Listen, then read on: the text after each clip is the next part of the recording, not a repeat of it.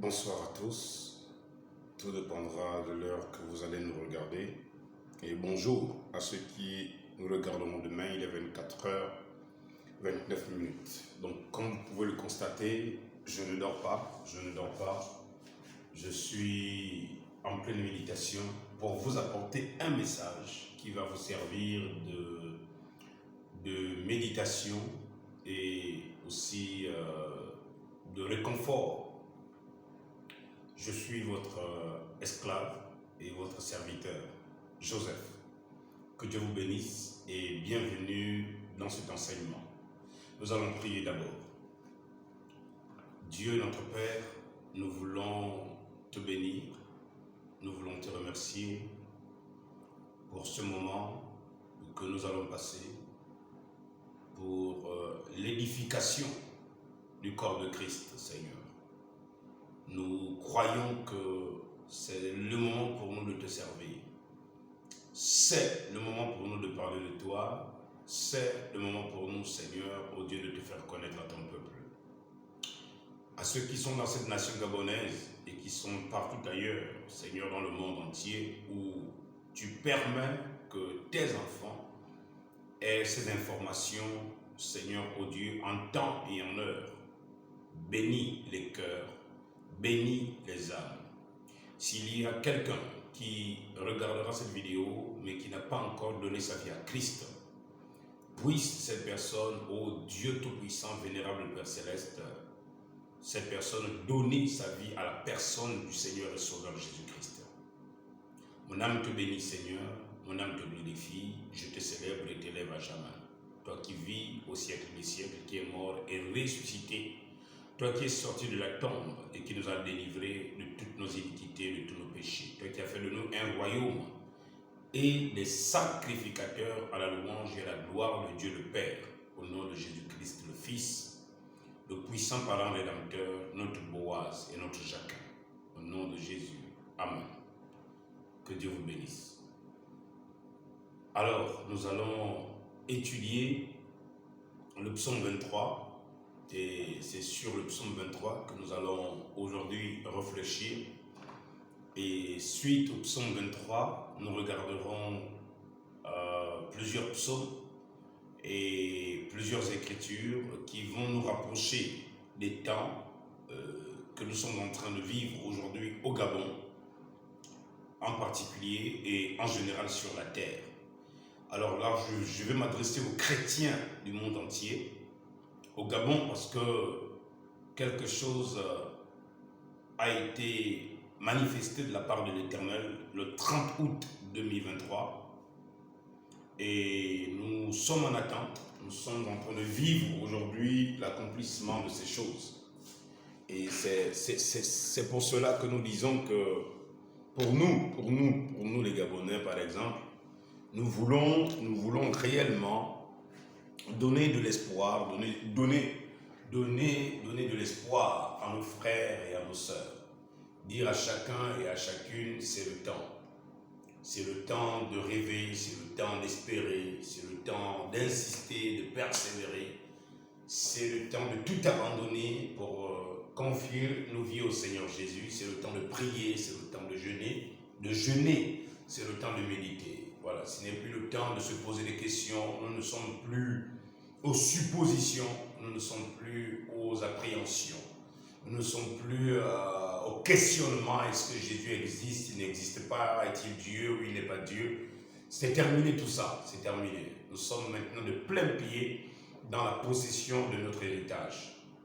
Donc que Dieu vous bénisse richement pour vous qui avez toujours persévéré et qui vous accrochez, vous mes frères, vous mes sœurs, à la personne du Seigneur et Sauveur Jésus-Christ. Béni soit le nom de l'Éternel qui vous a choisi d'entre les hommes et les femmes, les fils et les filles, à marcher selon ses préceptes et ses ordonnances. Gloire et louange à son nom, au nom de Jésus-Christ. Amen.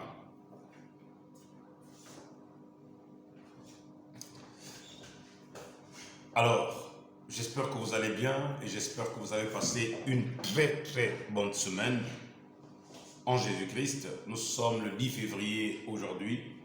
Il est 00h34. Donc, vous comprenez bien que je ne dors pas. Je ne dors pas, je médite, je prie et j'essaye de fermer les yeux un moment. Mais quand je me réveille, j'ai du mal à vivre sans penser à cette grande action, à cette grande œuvre que le Seigneur Jésus va accomplir dans notre nation. Je vais vous lire une écriture et cela sera notre base. Matthieu à son chapitre, je vais me lever pour honorer la parole. Matthieu à son chapitre 23, le verset 10, il est écrit: ne vous faites pas appeler directeur, car un seul est votre directeur, le Christ, c'est-à-dire le Oint, en hébreu le Mashiach. Le plus grand parmi vous sera votre serviteur. Quiconque s'élèvera sera abaissé, et quiconque s'abaissera sera élevé. Nous allons méditer là-dessus. Que Dieu vous bénisse. Alors nous étions dans le livre de Matthieu à son chapitre 23. Matthieu à son chapitre 23 nous dit: ne vous faites pas appeler directeur, parce que le directeur, c'est celui qui dirige. Le terme directeur vient du dirigeant. Il est le conducteur, disons comme ça. Voilà, il est le leader. Il est le leader. Pourquoi le Seigneur Jésus-Christ nous interdit-il d'être appelé directeur dans le cadre de la foi et de la spiritualité? Pourquoi Jésus interdit-il à ses enfants de se faire nommer directeur dans le cadre de la spiritualité, non pas dans le cadre professionnel? Dans le cadre professionnel, il y a des directeurs des entreprises, et ainsi de suite, ce qui n'est pas mauvais. Mais dans le cadre de la foi, le Seigneur Jésus-Christ demande à ses enfants de ne pas chercher à occuper cette fonction, parce que c'est une fonction qui appartient pour les Hébreux au Mashiach, au Oint ou encore au Christ, à la personne qui porte dans son enveloppe l'Esprit divin de l'Éternel qui a fait les cieux et la terre. C'était l'écriture d'introduction, Matthieu 23. Alors, nous allons sauter de Matthieu 23. Nous allons prendre le psaume 23. Nous allons partir de 23 à 23. J'espère que d'ici le 23 février, quelque chose se passera dans ta vie au nom de Jésus. Après cette bonne méditation, c'est pourquoi il faut suivre la méditation jusqu'à la fin. D'accord? Ne coupe pas la vidéo, regarde-la jusqu'à la fin. Prenons d'abord Job 23. Or, dans Job 23, nous allons tout lire. Job puis la parole dit: maintenant encore ma plainte est une révolte, mais la souffrance étouffe mes soupirs. Oh, si je savais où le trouver, si je pouvais arriver jusqu'à son trône, je plaiderais ma cause devant lui. Je remplirai ma bouche d'arguments, je connaîtrai ce qu'il peut avoir à répondre. C'est Job qui savait, qui demandait s'il connaissait où se trouvait la porte du Seigneur. Et imaginez un peu que tous les humains connaissaient où cogner la porte de l'Éternel. Je vous assure que ce serait un embouteillage au couloir du ciel ou au couloir de cet endroit où l'Éternel installera une porte pour les doléances. Mais Dieu soit béni.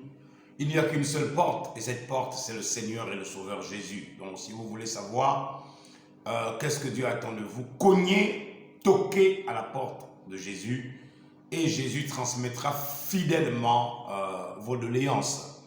Vous n'avez pas besoin d'aller prier 50 fois la Vierge Marie avec tout le chapelet. Ça ne va vous servir à rien et à rien. Revenez à Christ. Job continue et dit: je connaîtrai ce qu'il peut avoir à répondre. Je verrai ce qu'il peut avoir à me dire.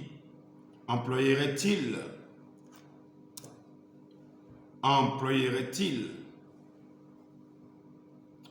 toute sa force à me combattre? Ne daignerait-il pas au moins m'écouter? Ce serait un homme droit qui plaiderait avec lui, et je serais pour toujours absous par mon juge. Mais je vais à l'Orient, il n'y est pas. Si je vais à l'Occident, je ne le trouve pas. Alors l'Orient qui est représenté par Israël et tous ces pays-là, c'est l'Orient. D'accord? Et Job dit que actuellement, si à la recherche de l'Éternel Dieu Tout-Puissant, le Créateur, le Dieu unique, comme nous avons parlé sur la triunité du Dieu unique, selon la révélation de Gabon, avec les termes numériques et ainsi de suite, vous qui avez suivi les cours de la semaine, vous retrouverez. Job dit que s'il part à l'Orient, il ne le trouve pas. Alors là, je me demande, mais l'étoile d'Orient que les gens vont adorer, ou les initiations au sujet du Dieu de l'Orient que vous allez chercher, c'est peine perdue. Revenez à l'Éternel. C'est mon interpellation. Ou encore la grande loge du Grand Orient, je ne sais plus comment il l'appelle ou quoi que ce soit. Revenez à l'Éternel, revenez à Jésus. Si je vais à l'Occident, je ne le trouve pas. Alors là, c'est compliqué. On s'en va en Occident, aux États-Unis. Les Occidentaux n'ont pas Jésus. Mais où est Jésus alors? Où se cache-t-il? Où est Jésus? Si en Orient, on ne peut pas trouver Dieu, l'Éternel, en Occident encore moins, il est dit ceci. Est-il occupé au nord? Je ne puis le voir. Alors, le nord est représenté par la Russie et et tous ces royaumes-là, et je voudrais dire quoi? Tous ces pays, tous ces peuples-là, toutes ces nations, c'est le mot que je cherchais. C'est pourquoi, quand la prophétie nous avait demandé de surveiller la Russie en 1933, selon les 7 visions que l'Éternel donna à William Branham, 6 de ces visions se sont accomplies. Nous sommes à la 7e vision, qui est le jugement de la grande nation américaine qui va exploser et qui disparaîtra de la carte. Mais au sujet de la Russie, ce que nous avons entendu, c'est ce que nous voyons aujourd'hui entre l'Ukraine et la Russie. Donc le roi du Nord est en train de jouer son rôle dans le concert des nations avec le communisme accompagné de la Chine. Et nous voyons aussi l'Occident qui essaie de se battre tant mieux que mal à garder la cadence de l'économie du monde. Et nous voyons aussi l'Orient qui se lève là-bas avec les Arabes qui essayent aussi tant mieux que mal à proposer des pistes de solutions pour entrer dans le concert des nations. Mais dans toutes ces choses, il est dit, est-il occupé au nord? Dieu est-il occupé à regarder comment la Russie est en train de détruire toute une nation par la soif de l'ego et par l'envie de ne pas laisser l'Europe l'assiéger et lui faire la guerre au prix des âmes à tuer, des personnes à détruire, au prix de tout ce que nous pouvons faire pour garder nos vies sauves et nos pouvoirs. Nous tuons, nous assassinons, nous détruisons. Où est l'Éternel? Est-il occupé à compter le nombre de morts qu'il y a en Ukraine? Comment le roi du Nord est en train de les détruire? Je ne sais que vous dire. Mais nous évoluons. Se cache-t-il au midi?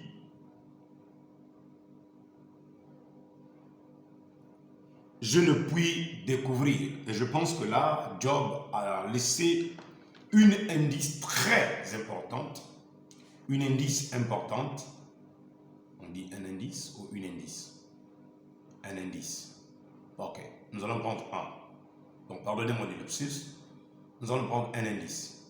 Job nous a laissé un indice, là, qui nous disait déjà que l'Éternel, s'il se cache, il se pourrait que l'Orient n'en ait pas connaissance, l'Occident encore moins, le Nord, ils sont occupés par la soif de l'ego et la course après la matière, la possession et l'obtention des richesses, et l'Afrique, apparemment, elle est un des continents qui souffre et qui passe des moments de misère, de disette, de pauvreté. Mais c'est aussi le continent où il y a aujourd'hui sur la terre, il faut le dire, le plus grand nombre de croyants à cœur ouvert qui s'adonnent à rechercher la face de l'Éternel qui a fait les cieux et la terre. Alors, se cache-t-il au midi, qui représente l'Afrique, le sud?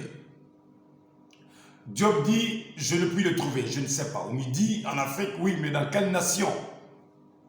Laquelle des nations? Comme en Orient, on savait qu'il était en Israël. Et quand il était du côté de l'Occident, nous savons qu'il était aux États-Unis, il avait utilisé, comment il s'appelle? Joseph William Seymour, dans le réveil d'Azusa de 1906 à 1909. Et de 1909, Dieu permet à William Branham de naître. Et en 1933, il lui donne cette vision de première importance concernant la seconde venue du Seigneur Jésus-Christ.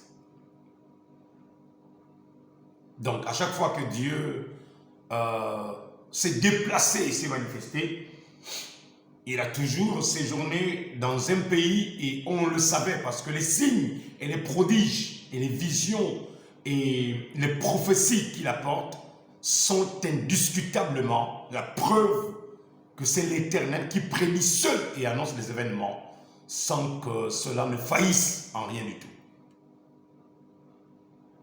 Alors, l'Éternel est-il occupé au midi? Est-il occupé en Afrique? Pardon, se cache-t-il? Parce qu'il est question de se cacher.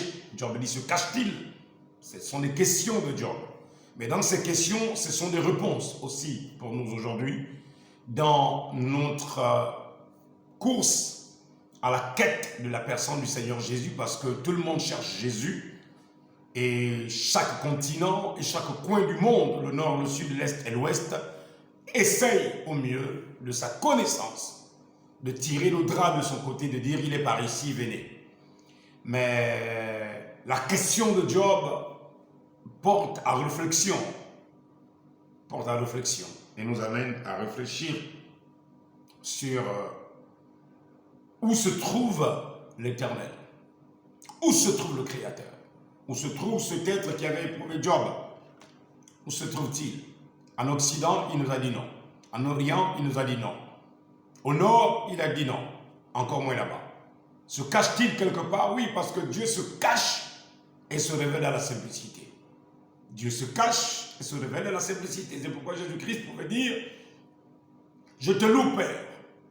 Luc 10, de ce que tu as caché ces choses aux sages et aux intelligents et tu les as révélées aux enfants. Donc Dieu est un Dieu qui se cache. Il se cache au grand nombre et il se révèle, excusez-moi, à ceux qui ont le désir et la volonté de connaître sa personnalité, en long et en large, dans les profondeurs et dans les dimensions. Donc, nous retenons d'abord ceci, c'est très important de le retenir. Nous venons de prendre Matthieu à son chapitre 23, où il est question de ne pas chercher la gloire du leadership, et lorsque nous aurions accompli notre mission et notre devoir, le Seigneur nous déconseille de nous regarder comme des grands hommes, mais plutôt de nous considérer comme des serviteurs inutiles ayant été utilisés pour une bonne cause. Alors c'est pourquoi j'aime me faire considérer comme étant l'esclave des puissants. Vous êtes les puissants, vous êtes la puissance de l'Église du Seigneur Jésus-Christ, et je suis votre modeste esclave Joseph, le plus petit de tous. Que Dieu vous bénisse.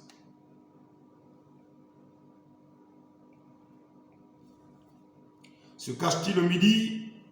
Je ne puis le découvrir. Et nous allons le découvrir ce soir par la grâce du Seigneur. Nous allons le découvrir. Avec 3 chapitres 23. Matthieu 23, Job 23 et le psaume 23.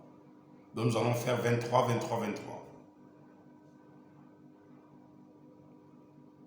Il sait néanmoins, se cache-t-il au midi?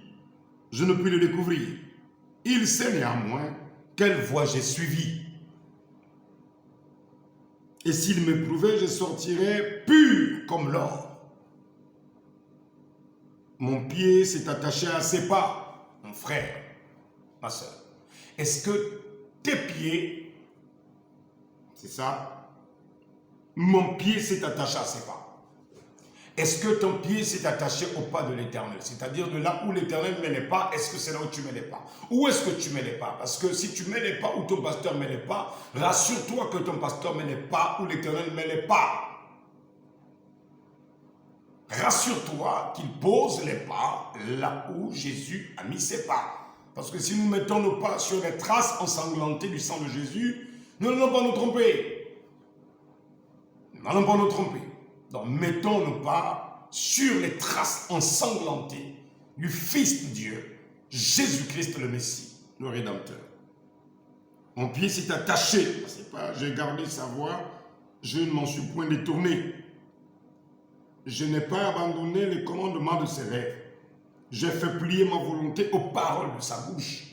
Monsieur, toi qui me suis, madame, toi qui me suis, jeune fille, jeune garçon, avez-vous déjà décidé un jour de plier votre volonté, de la mettre de côté, dire Seigneur, non pas ma volonté que ta volonté? Oui. Avez-vous constaté que les paroles de Job concernaient Jésus? Il a dit, Père, non pas ma volonté, mais que ta volonté soit faite. Où est-ce qu'il a proclamé ces paroles? Au jardin de Gethsemane. Quand vous trouverez un pasteur vous dire, quand moi je prie, Dieu m'exauce toujours. Quand vous trouverez quelqu'un qui vous dira, quand moi je prie, Dieu m'exauce toujours, éloignez-vous de ce pasteur. Éloignez-vous de cette église. Éloignez-vous de cette personne. Dieu n'exauce pas toujours. C'est faux et archi faux. Faux et archi faux. Pourquoi? Parce que même David n'a pas été exaucé dans toutes ses prières. Même le Mashiach, Yehoshua, Jésus n'a pas été exaucé dans toutes ses demandes. Aujourd'hui, le Gethsemane, il a prié 3 fois le Seigneur. Dieu l'a-t-il répondu? Nada. Dieu l'a-t-il exaucé? Nada. Mais pourquoi Dieu ne nous l'a-t-il pas exaucé? Dieu, écoutez, Dieu ne nous fait pas plaisir. Dieu accomplit sa volonté. Quitte à ce que le bonheur qu'il nous a prédit, annoncé et prévu doit passer par la souffrance, il préfère que cela passe par la souffrance. Donc un Dieu, Papa Bonheur, Papa Noël, que vous priez et qui vous exauce toujours, il faut faire très attention. Ça peut être le diable qui est en train de vous exaucer à chaque fois. Ce n'est pas possible parce que même Yahushua, même Jésus, il n'a pas été exaucé à tous les coups. D'accord? Gardez ça à l'esprit. Donc les pasteurs vous entendent dire, quand moi je prie, Dieu m'exauce toujours. Ah, il faut faire très attention. Ils vont toujours vous demander de l'argent et des enveloppes. Fouillez ces églises-là. Ce sont des charlatans, des loups déguisés en brebis.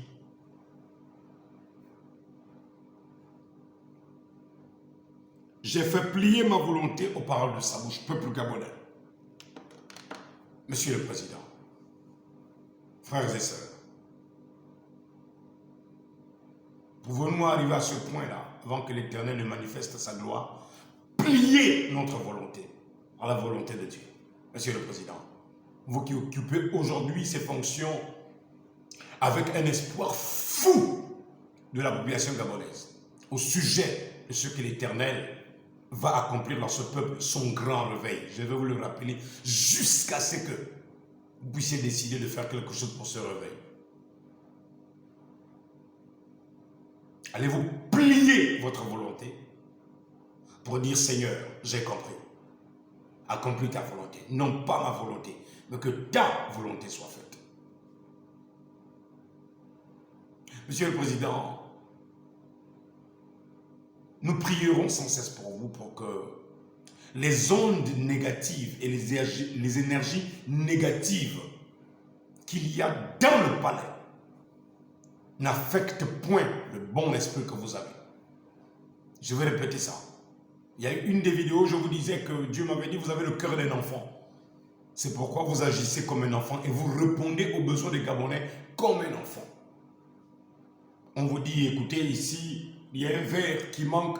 Vous dites, ok, c'est le verre que vous cherchez? Oui. Vous avez besoin du verre? Oui. C'est ça le verre? Oui. Ok, voici le verre. Et vous amenez.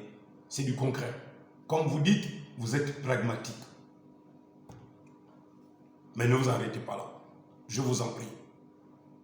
Le palais dans lequel vous êtes rentré là-bas, vous êtes sans ignorer que le Père qui vous a permis de rentrer là-bas, qui vous a élevé là-bas, n'était pas un homme simple. Vous êtes sans ignorer qu'il y a des énergies qui traversent là-bas. Il y a des ondes. Et il y a eu des invocations là-bas. Donc pour tenir là-bas et pour que votre esprit soit plus imprégné des valeurs des Saintes Écritures, comme vous nous avez exhorté le 31 de diriger nos vies à la lumière des Saintes Écritures. Oh, j'ai aimé votre exhortation, Monsieur le Président. Je vous assure, j'ai aimé ça. Je me suis dit, mais voilà quelqu'un qu'il nous faut. Voilà quelqu'un qui peut nous orienter, nous ramener à la lecture des Saintes Écritures, de la Bible, du livre sacré, le seul livre saint qui a des prophéties exactes et qui annonce le retour et le jugement de l'Éternel et les bénédictions de Dieu pour son peuple. Donc, vous aussi, Monsieur le Président, Yaouliki, il faut savoir plier votre volonté là et demander à Dieu, Seigneur, quelle est ta volonté pour le peuple? Je vous avais dit dans une vidéo, à des moments, prenez votre maman Zita, mettez-vous à genoux même pendant 10 à 15 minutes, adorez pendant 5 à 10 minutes, adorez Dieu, chantez, louez et après priez, dormez. Soit il vous parlera dans un rêve, soit il vous parlera même par les activistes là. Dieu peut les utiliser pour dire quelque chose, pour attirer votre attention. Il peut vous utiliser, il peut aussi vous parler au travers de moi qui m'adresse directement à vous, sans tabou. Il peut vous parler directement par une des personnes qui travaillent avec vous, un de vos conseillers. Prêtez attention. Ne rejetez pas les choses. Examinez-les. La Bible dit, examinez toutes choses et prenez ce qui est bon. Peuple gabonais, je m'adresse aussi à vous ce matin. Il est temps de plier notre volonté pour que la volonté de Dieu soit faite. Il est temps.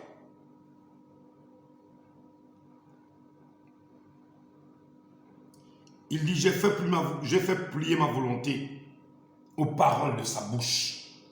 Vous voyez, aux paroles de l'Éternel. La Bible, cette Bible-là, ces paroles qui sont contenues à l'intérieur, voyez, cette Bible-là, ce livre sacré est très important. Très important. Ce livre est très important. Monsieur le Président, lorsque vous vous levez le matin, peuple gabonais, quand vous vous levez le matin, que lisez-vous? Vous prenez le téléphone, vous commencez à regarder les chats, les WhatsApp, les Facebook, ou vous lisez la Bible. Dieu a fait le monde par la parole. Il détruira le monde par la parole.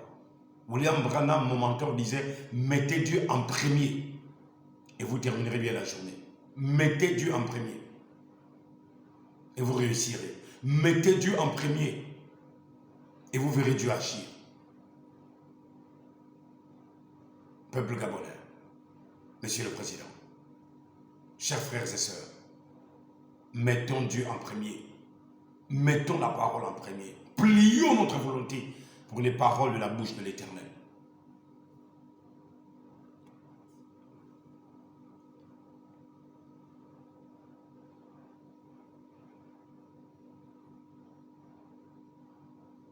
Mais sa résolution est arrêtée. Qui s'y opposera? Ce que son âme désire, il l'exécute. Ce que l'âme de Dieu désire pour son peuple, il l'exécute. C'est pourquoi j'ai dit au peuple gabonais, dans un message, je crois, de 6 minutes, je vous ai dit, ne craignez rien, ne craignez pas, restez calme. Joseph vous dit, restez calme. J'ai vu les événements qui se produisent aujourd'hui, je les ai vus à l'avant. J'ai tout vu à mon retour d'Abidjan. Restez calme et faites confiance à Dieu. Restez calme, peuple gabonais, restez calme et faites confiance à Dieu. Ne vous agitez pas, les activistes là, restez calme, mon frère Jonas, il faut rester calme. B en chef en France, il faut rester calme. Hein? Nos frères activistes du Gabon, il faut rester calme. Dieu sait ce qu'il fait. Celui qui a permis que ce qui est arrivé le 30 août là, est arrivé. Et ça a été prédit. Je vous ai dit, ça a été prédit. Je vous ai déjà posté les vidéos avec preuves à l'appui que vous pouvez examiner sur YouTube. La personne qui vous parle aujourd'hui avait été utilisée par l'Éternel 6 mois avant que ces choses n'arrivent. Donc quand je viens vous encourager, je viens maintenant vous conseiller, vous conscientiser, vous enseigner de comment faire pour que les bénédictions de l'Éternel s'accomplissent totalement. Je sais de quoi je parle.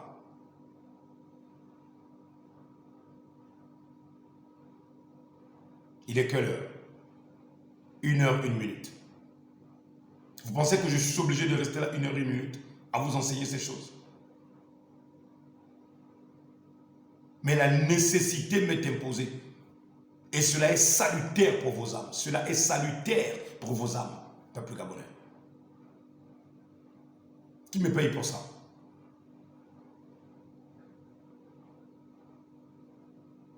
Je le fais par amour pour ma nation.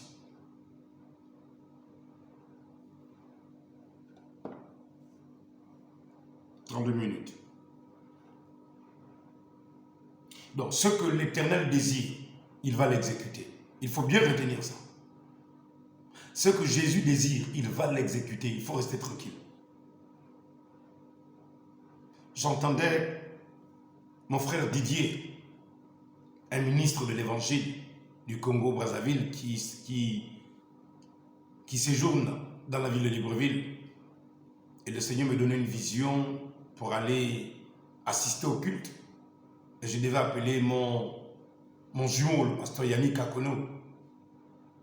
Je l'ai appelé, j'ai dit, pasteur Yannick, il faut que tu viennes me chercher au bureau. Nous devons aller assister au culte. Là où le pasteur Didier doit prêcher, parce qu'entre 6h et 7h,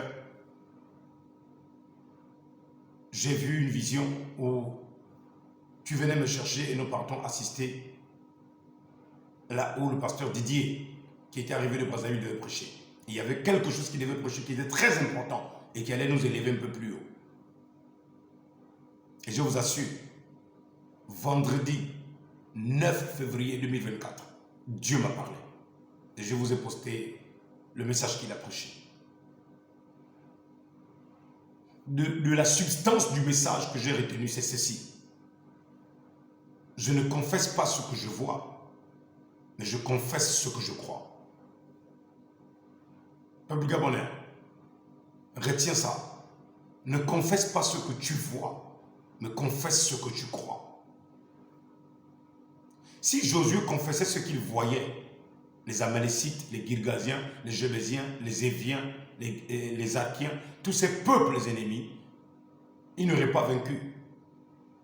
Si David confessait ce qu'il voyait, il n'aurait jamais attaqué Goliath, ni le lion, ni l'ours. David ne confessait pas ce qu'il voyait, mais il confessait ce qu'il croyait. C'est pourquoi ses frères vont lui traiter d'arrogant.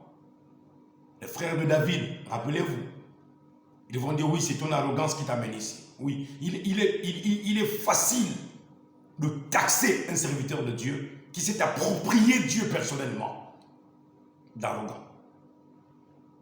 Mais vous ne vivez pas dans la même dimension que lui, c'est normal.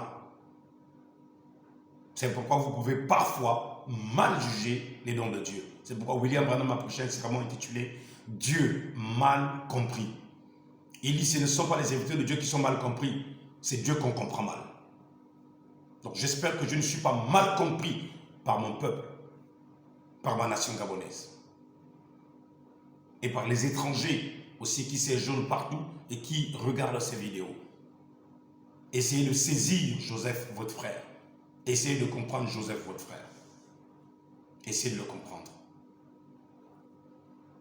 Donc, nous avons dit que le désir, c'est ça. Ce que désire l'âme de l'Éternel, il l'exécute. Je vous ai dit, il n'y a rien, ni personne au Gabon pour empêcher l'Éternel de manifester sa gloire. Donc vous restez tranquille et observez la main de l'Éternel. Mabiala sait de quoi il parle. Je vous ai dit, lorsque je naissais et que ma mère avait décidé de me donner le nom de Mabiala, qui signifie ou Bial, celui qui dirige, qui gouverne et qui commande. Ma mère ne savait pas que mon destin était lié à ma nation. Parce que j'ai plus grandi avec maman qu'avec papa. Vous comprenez? Mabiala, on le retrouve dans le côté Congo-Kinshasa, Congo-Brazzaville. On le retrouve aussi au Gabon. Or, les deux significations sont similaires. Ou Bial, c'est celui qui trône, c'est celui qui gouverne. C'est celui qui est assis. Ou Bial, c'est dominer, c'est celui qui domine. C'est pourquoi je domine les mauvaises pensées. Je ne confesse pas ce que je vois, mais je confesse ce que je crois. Peuple gabonais, confessez ce que vous croyez et non pas ce que vous voyez. Si Samson confessait ce qu'il voyait, il n'aurait jamais demandé à l'Éternel encore une fois, après qu'il soit sorti de la prison, pour se venger sur les Philistins, qui sont les frères des Palestiniens d'aujourd'hui. Je vous prendrai 1000 exemples comme ça, où Abraham n'a pas confessé ce qu'il voyait. Plusieurs personnes enfantées, mais il confessait ce qu'il croyait. Ne confessez pas ce que vous voyez, mais confessez ce que vous croyez. Et c'est ce qui va arriver, certainement. Si votre foi arrive à un niveau requis, où vous avez saisi la pensée de l'Éternel, le miraculeux va rencontrer le temporel, votre personne. Et l'Esprit de Dieu va agir. Donc vous restez calme. Les activistes, vous restez calme. Ce Gabon appartient à un Dieu. Un seul. Donc vous restez calme. S'il faut critiquer certaines choses qui se font mal, allez-y. Mais faites doucement et ne précipitez pas cet homme à vouloir régler tous les problèmes du Gabon en un jour, en un an. Et Monsieur le Président, ça ne sert à rien de vouloir satisfaire tous les Gabonais du coup. Sinon, vous commettrez des embûches que les Gabonais ne vous pardonneront jamais. Donc réfléchissez bien et comprenez quelle est la volonté du Seigneur.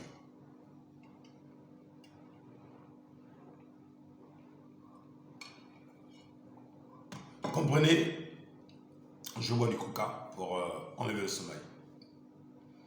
Donc comprenez quelle est la volonté du Seigneur et ne vous précipitez pas. La précipitation, c'est la voie pavée des erreurs. Je sais de quoi je parle. La précipitation, retenez bien ce proverbe que je vous donne ce soir, Monsieur le Président, membre du CETRI. La précipitation, c'est la voie pavée des erreurs. Lorsque vous allez vous précipiter plusieurs fois, ce sont des pavés que vous posez pour des erreurs. Réfléchissez bien avant de poser des actes. Ne cherchez pas à satisfaire ce peuple. Demandez quelle est la volonté de Dieu.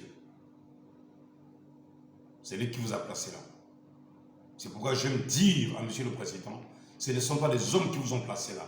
C'est Dieu qui vous a placé là et c'est vous maintenant qui placez les hommes. Donc ces hommes n'ont pas le droit de vous diriger. Ces hommes n'ont pas le droit de vous diriger. Et quand on apprend qu'il y a des pédagistes qui occupent maintenant plusieurs fonctions, il faut arrêter de les satisfaire. Vous n'êtes pas redevable aux pédagistes. Je vais répéter ça. Vous n'êtes pas redevable à ces personnes. Vous êtes redevable à l'Éternel qui vous a placé dans ces hautes fonctions. Soyez résolus dans vos décisions. Soyez réfléchis dans vos décisions.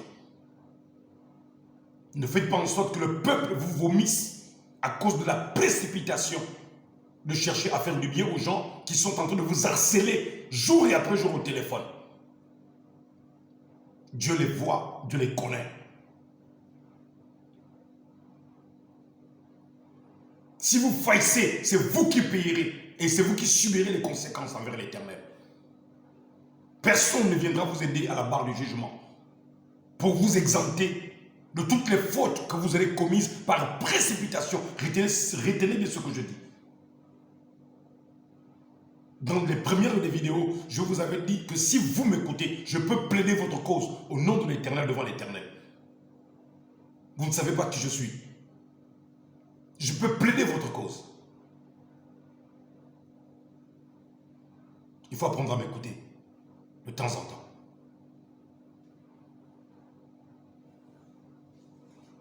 Vous trouverez rarement des personnes sur cette terre, au Gabon. Vous parlez comme je vous parle. Avec confiance et sérénité. Sans biaiser dans le langage. Vous garantir aussi que de grandes choses peuvent arriver de votre côté. Et quand nous aurons terminé ici-bas sur la terre, quand vous aurez terminé ici, moi je peux vous garantir des logements au ciel. Quand je dis le ciel, ce n'est qu'une dimension. Parce que nous reviendrons habiter sur la terre pour l'éternité. Avec de nouveaux cieux, avec une nouvelle terre, une nouvelle Jérusalem. Où allez-vous passer l'éternité? Qui vous construira une demeure de l'autre côté? Qui vous garantira de ça? Tout le monde court après vous pour des biens matériels. Tout le monde court après vous pour des nominations. Qui vous garantira de la vie après la mort? Moi, je viens vous le garantir au nom de l'Éternel parce que je sais que je suis. Quand je vous dis sans cesse, bientôt ma mission est presque terminée, je veux partir. Vous pensez que je blague? Si Dieu se rend compte que vous n'écoutez pas sa voix, il va m'enlever de la terre. Et quand il m'aura enlevé, il faut faire très attention. Il va frapper après. Vous n'aurez pas deux voix qui parleront comme la voix de l'Éternel qui passe au travers de moi et qui s'adresse au peuple gabonais et qui s'adresse à vous directement. Vous n'aurez pas deux voix. Vous n'aurez pas deux voix.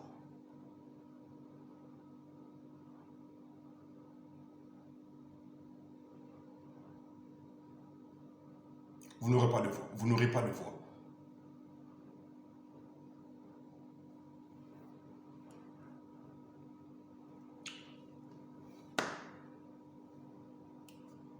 Non, si vous pouvez arrêter de vous précipiter, arrêtez de vous précipiter maintenant.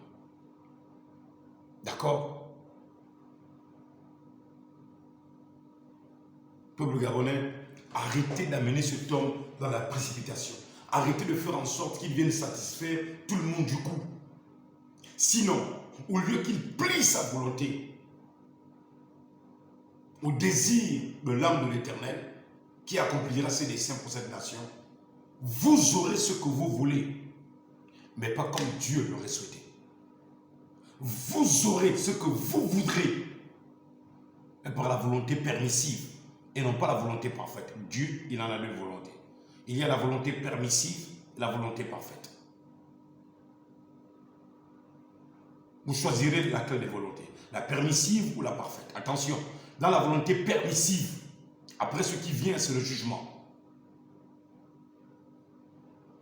Dans la volonté permissive, l'Éternel frappe après. N'induisez pas cet homme en erreur. Vous qui êtes là, aujourd'hui, là, qui avez tellement mangé le pouvoir et qui voulez qu'il vous nomme et vous nomme et vous nomme, vous nomme. Il faut rester tranquille. Il faut rester tranquille.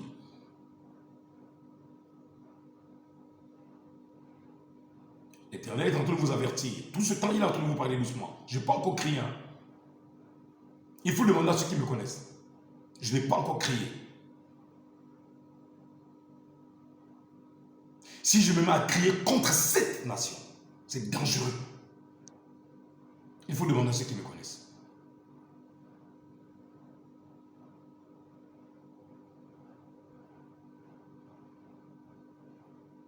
Je suis venu vers vous, peuple gabonais, au nom de l'Éternel et au nom du Seigneur Jésus, avec un esprit de Shiloh, un esprit de pacificateur. Je me tiens là pour vous montrer la grâce, la miséricorde et la faveur de l'Éternel qui est descendu le 30 août pour agir dans cette nation et nous faire fou et pour nous faire voir des grandes choses. Et qu'est-ce que vous faites? Vous courez après la matière. Vous courez après les postes et les nominations. Est-ce que c'est ce qui est le plus important? Le plus important, d'abord, c'est de dire à cet homme que c'est le spirituel qui bâtit le temporel. C'est le divin qui bâtit la terre, qui fonde la terre, qui crée la terre. Et le divin, là, c'est pas charlatan, c'est pas nganga, c'est pas pratique là. C'est pas les danser, le folklore gabonais là.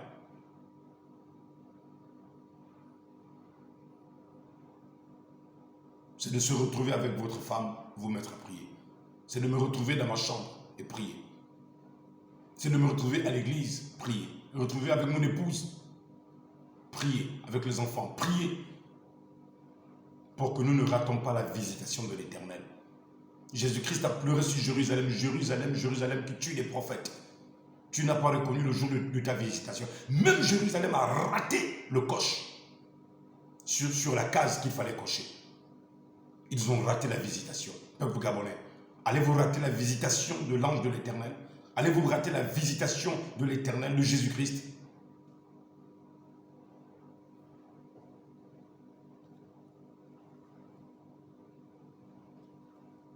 Job 23. Ce que son âme désire, il exécute. Il accomplira donc ses desseins à mon égard. Et il en concevra bien d'autres encore. Voilà pourquoi sa présence m'épouvante. Quand j'y pense, j'ai peur de lui. Dieu a brisé mon courage. Le Tout-Puissant m'a rempli d'effroi. Car ce ne sont pas les ténèbres qui m'anéantissent. Ce n'est pas l'obscurité dont je suis couvert. Job était effrayé par la présence de l'Éternel. Peuple gabonais, où se cache l'Éternel actuellement? Au sud, selon le livre de Job 23. Maintenant, nous allons terminer cette étude ici. Job vient de nous enseigner. Prenons maintenant David. Psaume 23. L'Éternel est mon berger. Je ne manquerai de rien. Peuple gabonais, mon frère, ma soeur. Nous pouvons dire que nous avons l'Éternel. Hein? L'Éternel est mon berger. Il n'a pas dit il est notre berger. Non, Monsieur le Président. L'Éternel doit être votre berger. Un berger, c'est celui qui vous garde même la nuit contre les attaques du malin. Parce qu'il y a 1001 puissances maléfiques et sataniques, démoniaques qui en veulent à votre vie et à votre âme. Quand vous prenez le vol dans un avion, le prince de la puissance de l'air peut vous préparer un crash. Quand vous prenez un véhicule pour vous déplacer, les puissances des ténèbres, les puissances de la fosse peuvent vous préparer un accident. Quand vous traversez les forêts, les énergies négatives qu'il y a dans les forêts peuvent vous préparer des sorties de route pour aller faire des collisions avec les arbres. Mais qui doit vous garder, Monsieur le Président? Qui est votre assurance? C'est pourquoi je vous dis, je vous le dis sincèrement, je vous aime, il faut que je vous dise la vérité. Ne mêlez pas l'Éternel avec quoi que ce soit. Si vous mêlez la grâce de Dieu, la sécurité de Dieu, avec un petit gris-gris, une petite amulette, une petite bague, une petite chaînette, un petit tissu Mais c'est ridicule comme j'ai prêché à Abidjan. Comment peut-on prendre la puissance où on dépose dans des canaries? Comment peut-on prendre une énergie et on met dans un tissu, on appelle ça puissance? C'est quel esprit qui accepte qu'on enferme dans un tissu? C'est quel esprit qui accepte qu'on lui mette dans un bijou? Mais c'est quelle bêtise, Père éternel. Mais c'est quoi l'être humain? Comment il ne comprend pas là? C'est ça la puissance? Mais c'est de la bêtise. Sortez de l'ignorance, peuple gabonais. Sortez de l'ignorance, peuple gabonais. Entrez dans votre destin.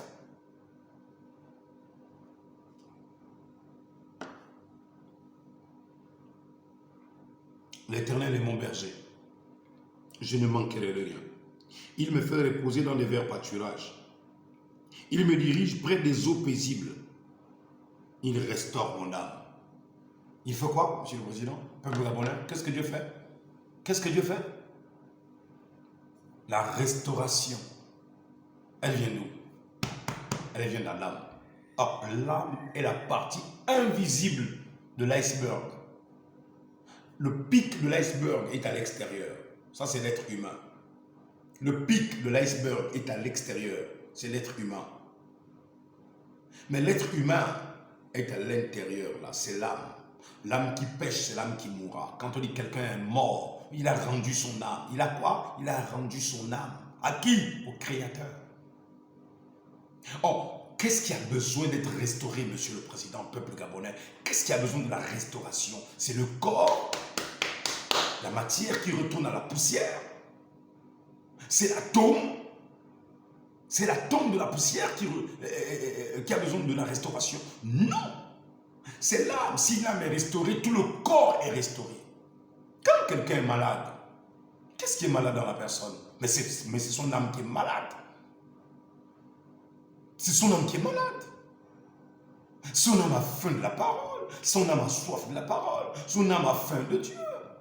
C'est pourquoi ceux qui croient en Dieu observent les miracles tous les jours de leur vie. Pourquoi? Parce que l'Éternel accomplit encore des prodiges et des miracles. Il est le même hier, aujourd'hui et pour toujours. Jésus-Christ est le même. Jésus-Christ est le même. Il restaure mon âme. Peuple gabonais, peux-tu le dire, peux-tu le confesser? Ce n'est pas l'iceberg qui est en haut là. Ce n'est pas l'iceberg qui est en haut là. Qu'il faut observer. Nous sommes là en train de nous battre pour l'iceberg qui est en haut. Ce n'est pas le pic de l'iceberg là, qui est en haut. Il restaure mon âme.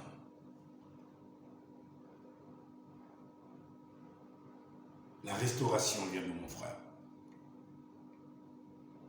Nous voulons bien restaurer les institutions. Nous voulons bien restaurer l'économie, restaurer tout, frère. Restaurer la famille, la couche sociale, restaurer tout dans l'église. Que Dieu restaure, oui, mais la restauration vient d'où? Le psaume 23. Or, pour que Dieu restaure mon âme, je dois plier ma volonté à la volonté de Dieu. Pour que Dieu restaure mon âme, je vais répéter ça 2 fois ou 3 fois. Je dois plier ma volonté pour que sa volonté soit faite. De là, Jésus-Christ pouvait dire, avant qu'il n'aille à la croix, avant qu'il n'aille accomplir le sacrifice excellent pour racheter nos âmes et nos péchés, pour racheter nos vies pécheresses. Père, s'il est possible que cette coupe s'éloigne de moi, que ta volonté soit faite et non la mienne. Bon, ce n'était pas cette coupe, mais la coupe en question, c'était la souffrance. Il a prié 3 fois, Père, est-il possible que tu éloignes cette coupe de moi? Non pas ma volonté, mais que ta volonté. Il est parti, il a dit, Pierre, ne voulez-vous pas prier avec moi 1 heure? Pierre dormait, les autres dormaient. Il est revenu la seconde fois, il s'est mis à genoux. C'est pourquoi je dis un pasteur qui vous dit que Dieu l'exauce en toutes choses, c'est un bandit. C'est un bandit. Il restaure mon âme, Monsieur le Président. La restauration. J'en ferai le sujet d'ici là, quand je retournerai à Mayuma. Il restaure mon âme. C'est de là où je vais m'arrêter. La restauration des institutions, la restauration de l'économie, la restauration de la couche sociale, la restauration de l'espoir, la restauration des espérances, la restauration de la santé, la restauration de la vie, la restauration du bonheur. Le bonheur a disparu dans les maisons. La restauration de la paix, là où les couples sont divisés. Les femmes ne veulent plus espérer que leurs maris peuvent arrêter de découcher. Des femmes, des maris qui ne peuvent plus espérer que leurs femmes peuvent arrêter d'être de lesbiennes. La restauration de la couche sociale. Là où des enfants les mères peuvent espérer que les enfants resteront encore obéissants. Des filles pour leur mère, des fils pour leur père. La restauration. Mais tout ça, ça vient par quoi, mes pères éternels? C'est par la parole, Monsieur le Président. C'est par la parole. C'est par la parole. Si nous rejetons ça, si nous rejetons la parole, on fait quoi après? Hein? On fait quoi après? Si nous rejetons ça, ce livre-là. Si nous disons, bon, pas besoin de ça. Moi, j'ai l'argent, il y a les milliards, 20, 30 milliards, 200, 300 milliards. Il y a la banque de tel qui va nous aider, il y a la banque de ça qui va nous aider. Ah, je profite. Monsieur le Président Oligui, la banque arabe, si elle vous demande, comme les autres, de quitter le christianisme et vous promet mondes et merveilles, vous promet même de construire Dubaï au Gabon, au prix de votre renoncement à votre foi chrétienne, n'osez pas le faire. N'osez pas le faire. N'essayez même pas de le faire.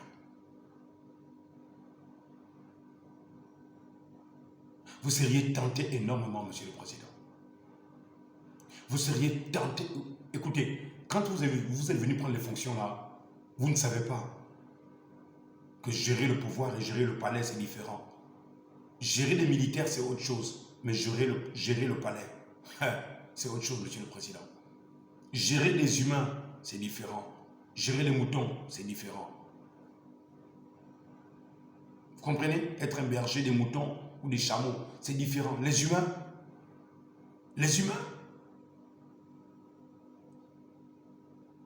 pour l'instant, tout le monde encore vous acclame. Et quand viendra le temps où ceux-là vont vous insulter pendant que vous faites des discours, ne prenez pas le pistolet. Ne dégainez pas le pistolet. Ne dégainez pas le pistolet. N'envoyez pas l'armée taper les gens. Là, vous êtes seulement encore dans le début. Vous êtes dans Aleph, dans Alpha. Vous allez arriver au haut, Oméga, Samek, le Gabon. Quand vous arriverez à ça, que l'Éternel soit votre Samek, votre appui et votre soutien. Qu'il soit le Dieu unique. Mettez-vous à genoux à chaque fois qu'on dira du mal de vous. Ne répondez pas injure par injure.